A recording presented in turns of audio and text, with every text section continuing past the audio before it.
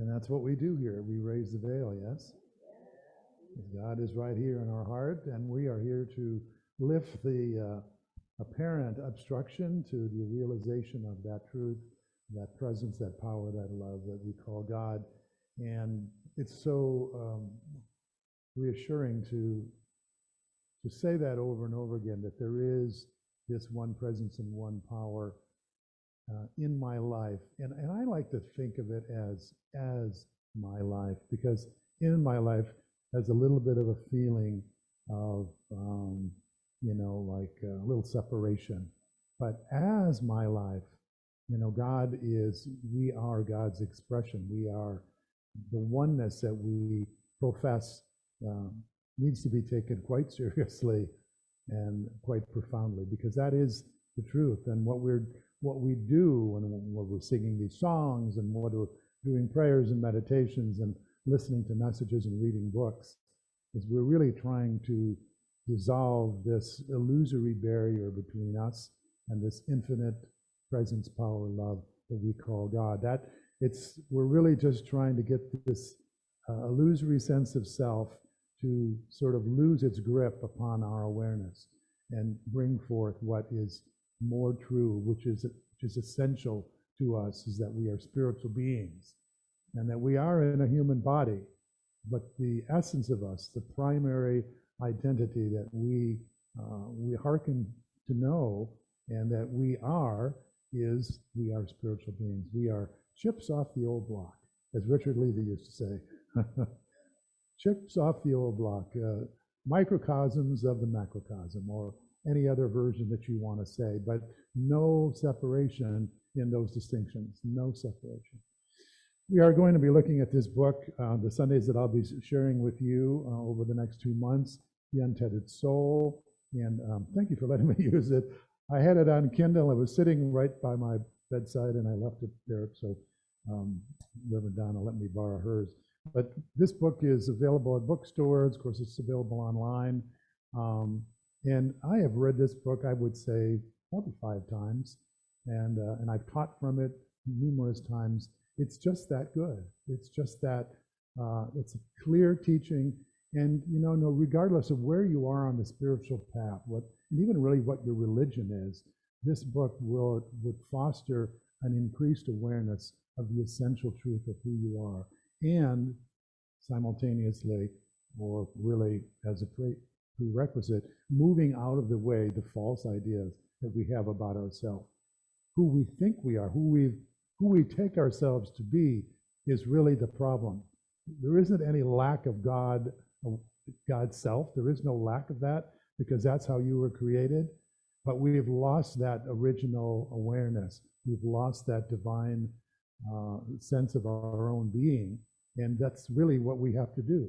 As I said, we're raising the veil. So we're looking through those truths that we have taken to be true, and seeing the falsity of who we think we are. And that's what this first chapter is about, or the first first in the series is Know Thyself, Know Thy True Self.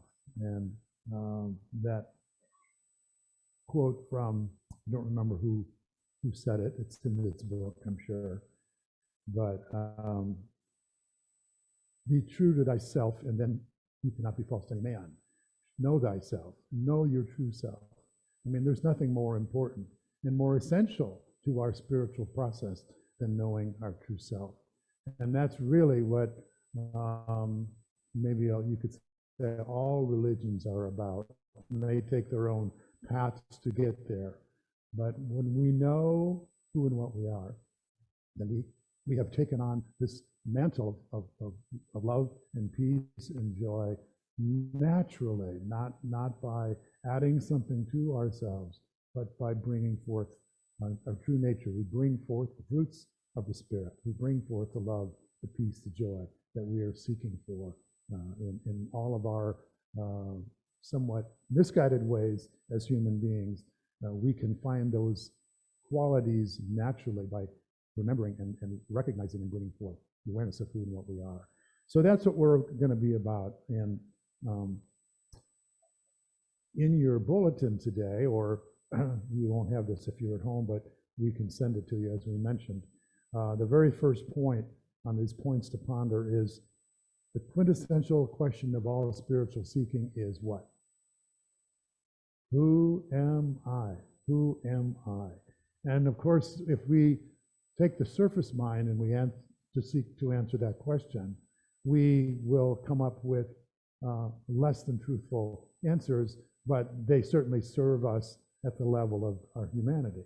We might say, you know, I'm a man, or my gender identity, whatever that is, you know, what I do for a living, my name, my body, all of these physical aspects of us, and it might be our story, our genealogy, where we've come from, yeah?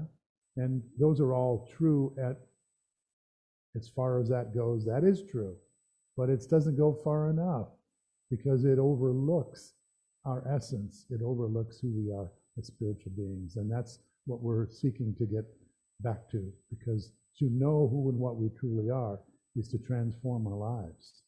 You know, the changes that we seek in the outer are all to make ourselves what? More happy, what? More peaceful, more experiencing more love, all of those things. And all of those goals of our humanity can be satisfied by waking up to the truth of our being. And that's what we forget. We think that we have to change the landscapes of our lives in order to be happy or to be peaceful. And the truth is that we already are happy and peaceful, but it's obscured, that happiness and that well-being is obscured by our false sense of self, the sense of self that feels that life has to be a particular way in order for us to be okay. Do we know that story? Yes. And the story is oftentimes narrated by a voice in our head. Do we know that one? So, as I mentioned earlier, this book has some comical elements in it, and one of them I want to read this morning is this little dialogue, an example of how that voice may sound. And this is, we all have our own version of this, but here it is. Shoot, I can't remember her name. What is her name? Darn, here she comes. What is it, Sally? Sure, she just told me yesterday. What's the matter with me? This is going to be embarrassing. In case you haven't noticed, you have a mental dialogue going on inside your head that never stops. It just keeps going and going. Have you ever wondered why it talks in there? How does it decide what to say and when to say it? And how much of what it says turns out to be true? How much of what it says is even important? And if right now you're hearing, I don't know what you're talking about. I don't have any voice inside my head. And that's the voice that I'm talking about. Kept you right then and there. If you're smart, and of course all of you are, you'll take the time, step back, examine the voice, and get to know it better. The problem is you're too close to be objective. You have to step way back and watch it converse. While you're driving, you hear internal conversations like this. Wasn't I supposed to call Fred? I should have. Oh my God, I can't believe it. I forgot. He's going to be so mad. He may never talk to me again. Maybe I should stop and call him right now. No, I don't want to stop the car right now. Notice that the voice takes both sides of the conversation. It doesn't care which side it takes, just as long as it keeps on talking, right? When you're tired and trying to sleep, it's the voice inside your head that says, and I can relate to this, what am I doing? I can't get to sleep yet. I forgot to call Fred. I remembered in the car, but I didn't call. If I don't call now, oh wait, it's too late. I shouldn't call him now. I don't even know why I thought about it. I need to fall asleep. Oh shoot, now I can't fall asleep. I'm not tired anymore, but I have a big day tomorrow and I have to get up early, blah, blah, blah, blah, blah, blah, blah. Do we know this one? We know this one. So what we are here to realize is that, what are we? Are we the voice in our head? No. Then what are we? If not the voice in our head, what are we? Well, we know about the voice in our head, right? So how do we know how do we know about the voice in our head? But how do we know? What is it in us that knows there's a voice? We hear it, but not with our ears, right? So it's consciousness, yes? You have to be conscious of the voice in your head. You have to be conscious to know of any experience you're having, isn't that right? And isn't that really, when you back up every experience you've ever had, your knowing of that experience is essential to you. Would you not agree with that? I mean, that's not spiritual mumbo jumbo. That's just the nature of experience. Is there anyone here who has not known an experience that they've had? No. The only reason you can even call it an experience is that you experienced it, and so the quality that we have, that all of us have, is we are conscious, we are aware. And this is what sort of chronicles or observes everything that's happening, yes? And that, my friends, sounds like one of the preachers. That's not how I want to say. Old-time preachers, my friends. Anyway, that's not, you're not the voice in your head. You're the one who hears the voice in your head, but not obviously with the ears. We are aware.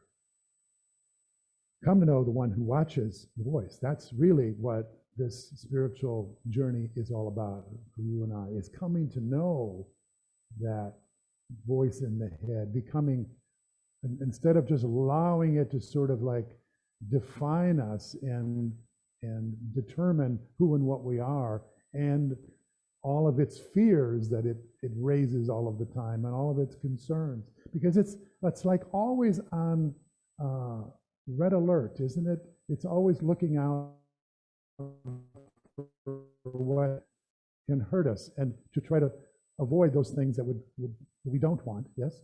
And to draw us to those events, circumstances, and situations that we do want. So it sort of like speaks on behalf of this very sort of needy character. Can we say that? There's a needy character. That's not you, but there is a needy character who shows up in a life near yours. And we call it let's call it your little self, or we can call it your ego, or we can call it your personal self. It's not the one that God created. It's not essential to you. It's something that became who you became through conditioning over a lifetime of conditioning. Yes? I mean, it started out when you were born. You popped into the world, and they decided to put a name on you. They didn't brand you like they would with cattle or something, but they did give you a name. Yes? They said, this one will be called an Eric. Yes? And this one will be called a Jerry. And then this one over here.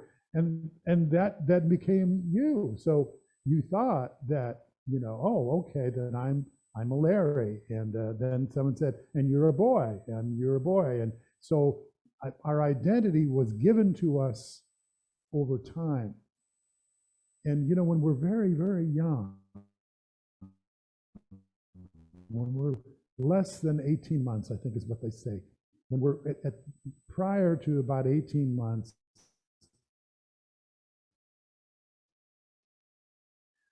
we don't have this sense, really do understand this and connection to all of life.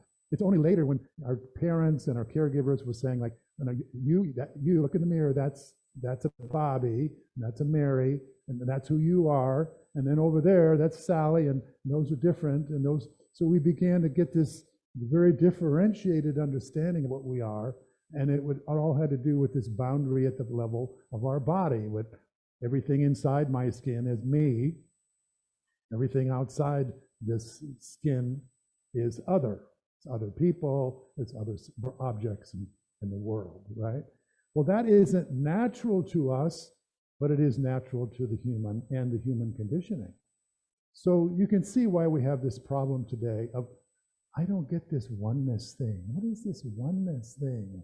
There's me and there's 7 billion other people. What do you mean oneness? And there's space between me and Jerry over there. So how can he and I be one?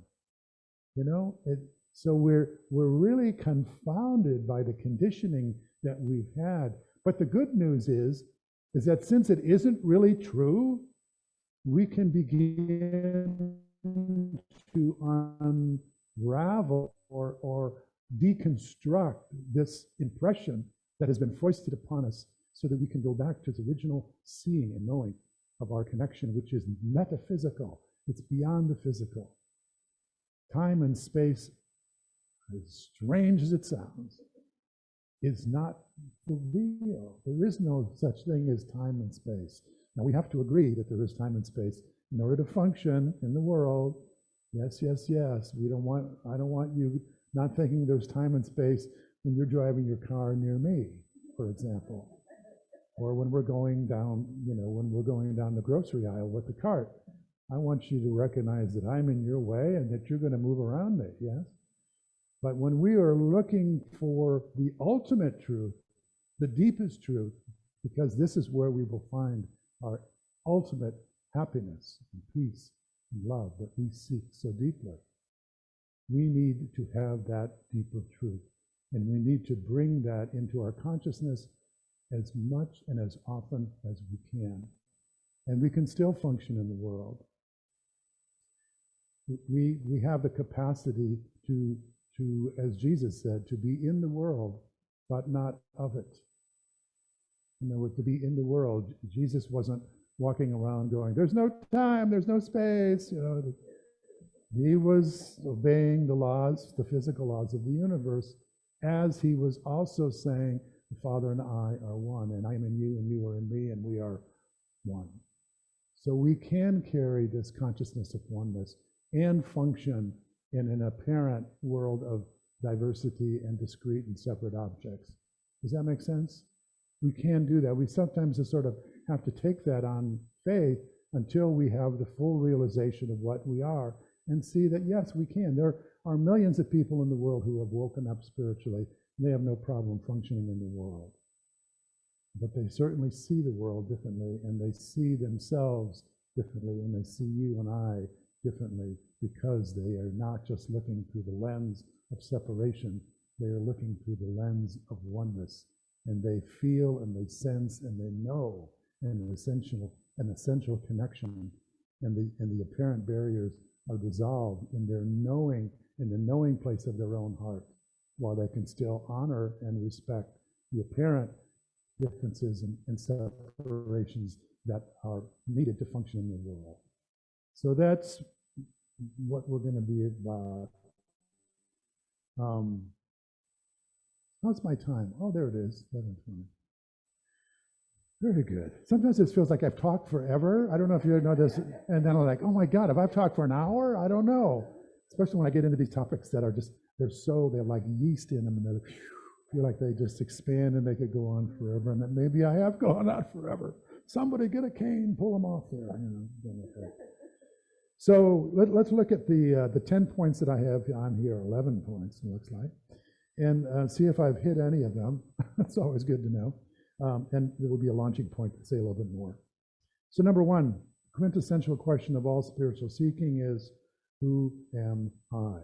And we are aware that number two, self-knowledge is a subtraction process. As I mentioned, it's not about adding anything unto you. You can't get any more God in your life. You are God's expression, essence. You are divine by nature. Unlearning who and what we think we are reveals our true essential self. And you may remember Jesus saying, before Abraham was, I am. Well, obviously he wasn't talking about himself as a body, because he wasn't in a body before Abraham. What was before Abraham when he said, I am? His spiritual nature, right? Consciousness, whatever we want to call it, preceded the appearance of this one called Abraham, just like who and what you truly are preceded your birth.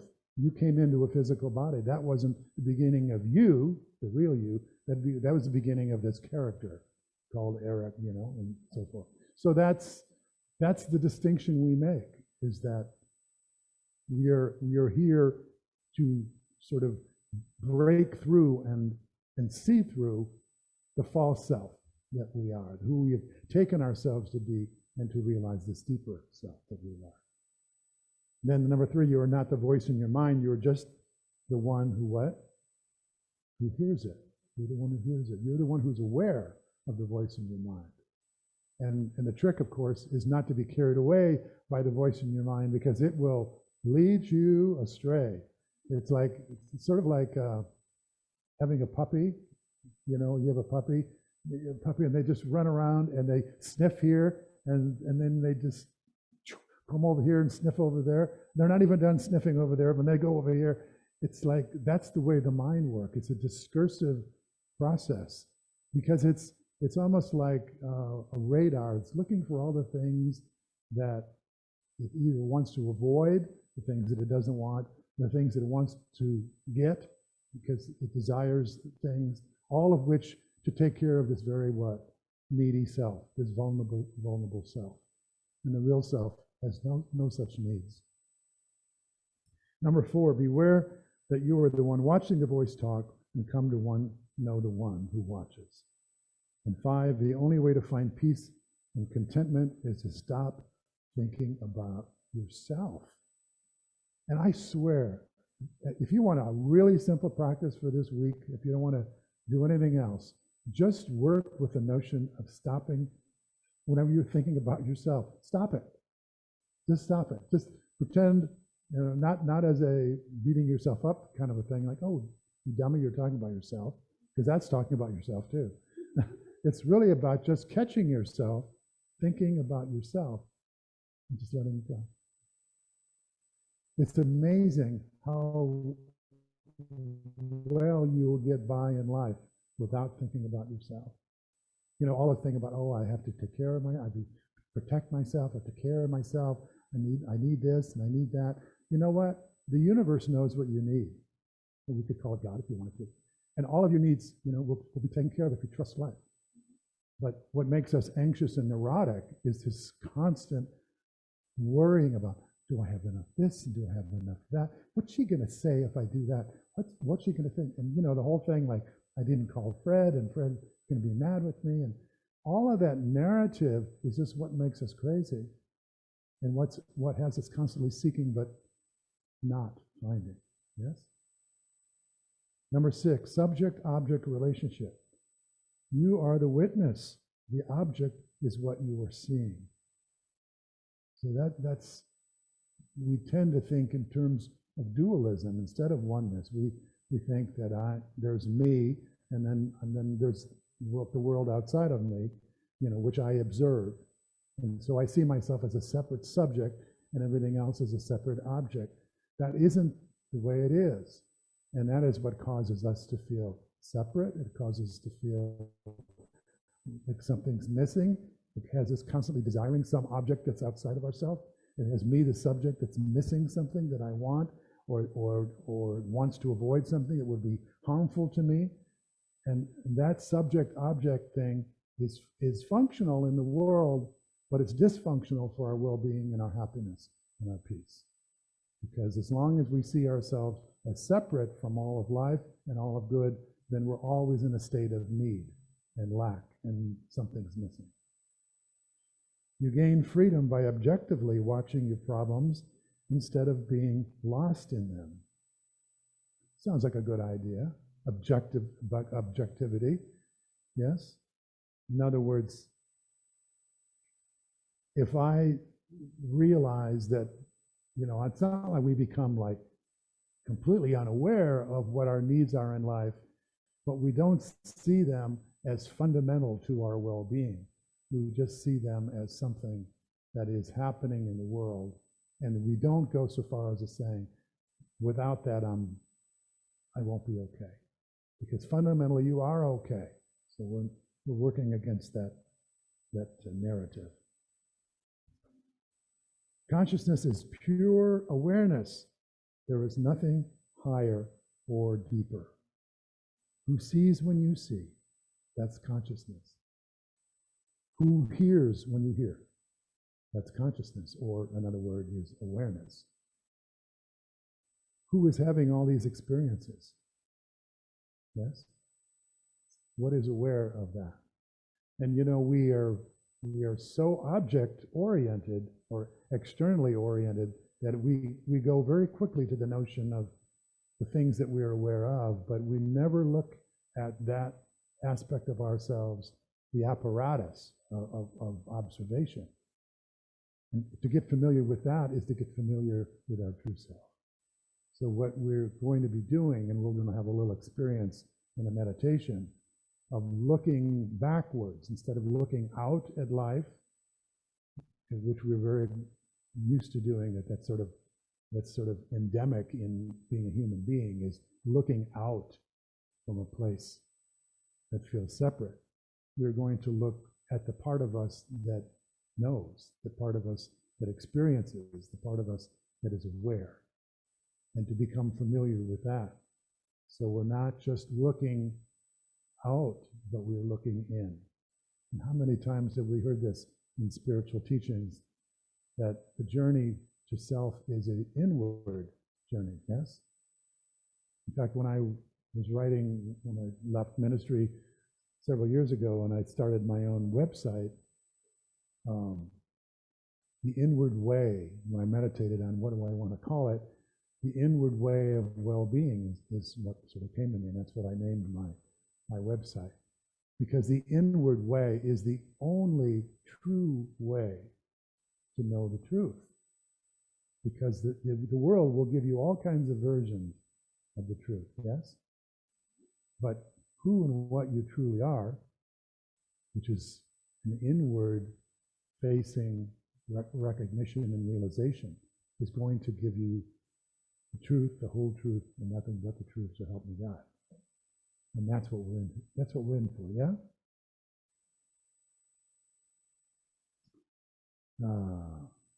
Your true place is the seat of consciousness. This is where the real you lives and has its being. Maybe you've heard that expression before. Take the seat of consciousness. Take the seat. That's the witness seat. That's the place of awareness.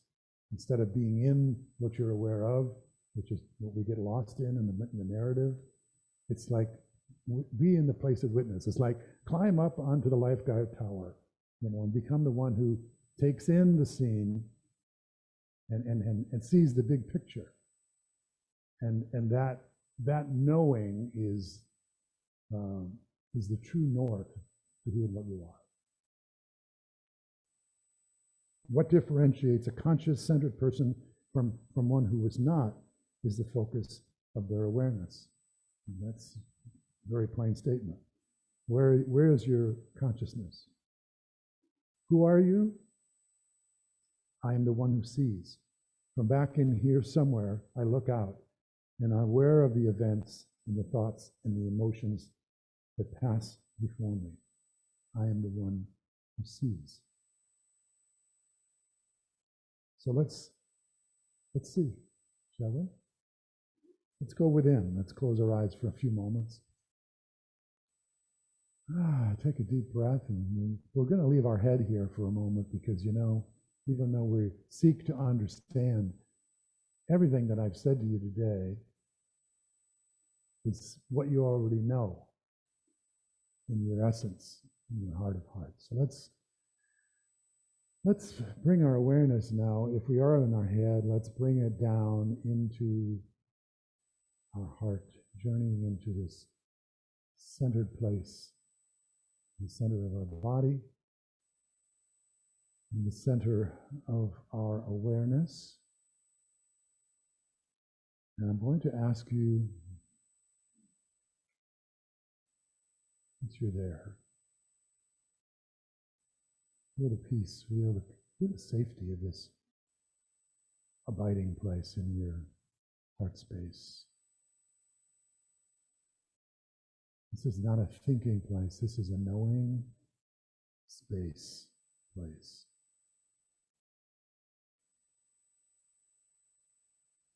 They say that in the mind there are no answers. There's always one more question. And in the heart, there are no questions. So what is this part of you that simply knows?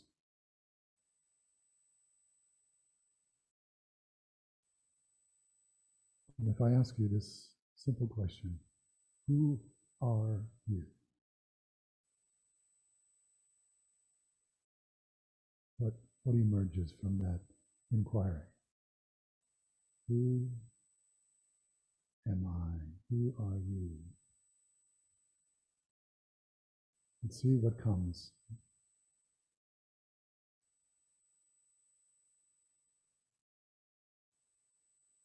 And whatever comes, see if there's a deeper answer. If it's strictly in the physical realm of body, mind, history, biography, then see if you can feel into the answer to that question. Who am I, or what am I?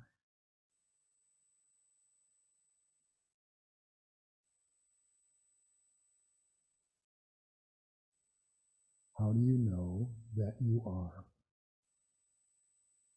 How do you know that you exist?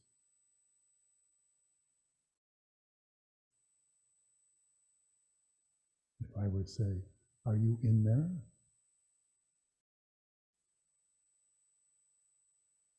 You would probably say yes.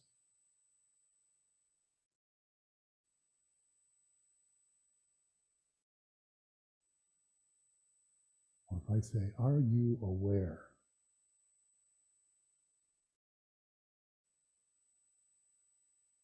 Where do you need to go to answer that question? What knows that you are aware?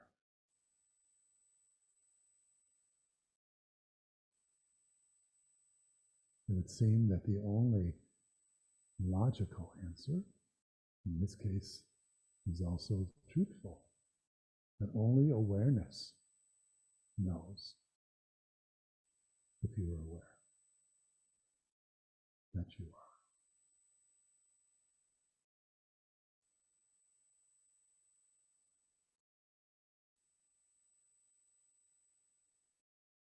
So sit in this place of being aware, not aware of anything.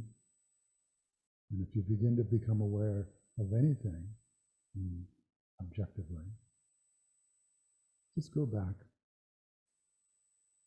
to being purely aware of awareness itself. Conscious of consciousness. Aware of simply being.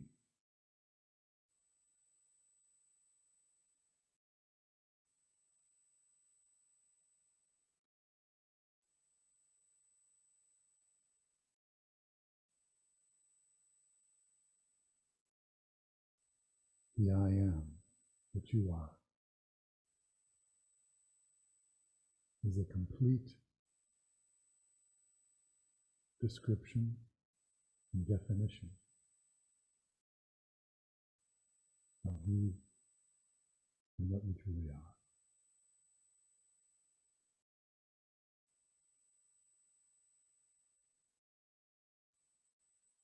Everything else has been added.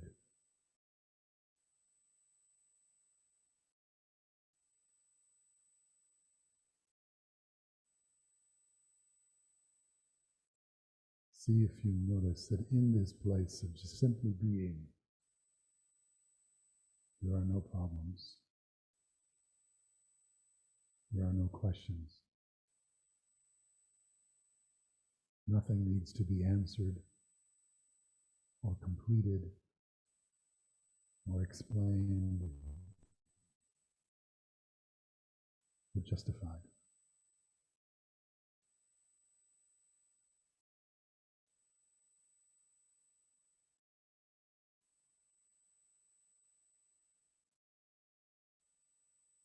This is what's real.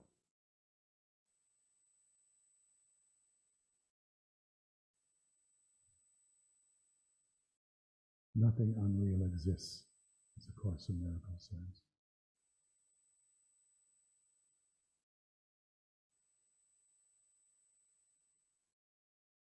You are one with the infinite, ever-present reality of life, in which you find love, peace, wholeness, beauty, truth.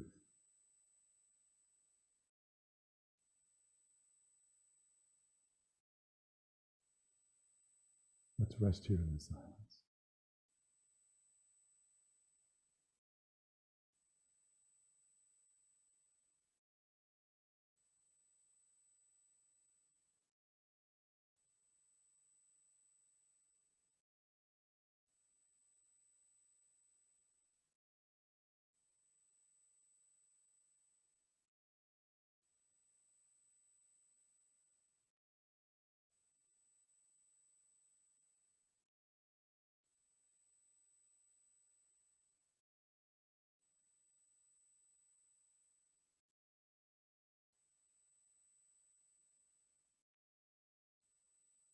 Master Jesus said, the fields are already ripe. No need to look here or there. This truth, the kingdom, which is a spiritual domain, is in you.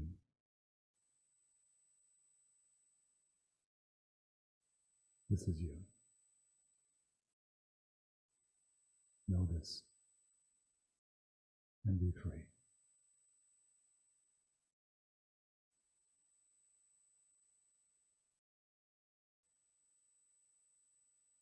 So let us return now to this time and space, into this relative plane, carrying with us this realization of our deepest true nature.